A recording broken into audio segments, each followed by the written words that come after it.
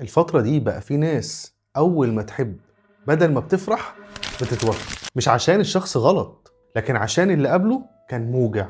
دلوقتي بقى في ناس كتير داخلة أي علاقة وهي حاطة في دماغها سيناريو النهاية قبل حتى ما تبدأ العلاقة، وبدل ما تسأل هل الشخص ده مناسب بتسأل إمتى هيمشي. وده بيخلي الشخص يتصرف بطريقتين، يا إما بيتعلق بشكل مبالغ فيه يا إما حاطط مسافة وخايف يقرب. وفي الحالتين الخوف هو اللي بيسوق العلاقة مش المشاعر. علم النفس بيسمي ده نظرية التعلق. وفي نوع تاني اسمه avoidant attachment، وده بيحصل لما شخص اتجرح قبل كده فبقى رابط الحب بالألم مش بالأمان.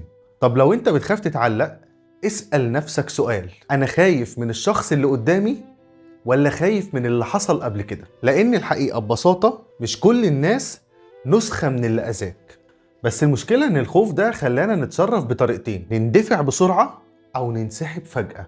ومع الوقت بقى ده الطبيعي، العلاقة تبدأ بسرعة وتخلص اسرع. لكن السؤال الاخطر دلوقتي، ايه اللي يخلي العلاقة تتحول للسرعة دي؟ وازاي بقينا بنعيش مشاعر عميقة في علاقة قصيرة جدا؟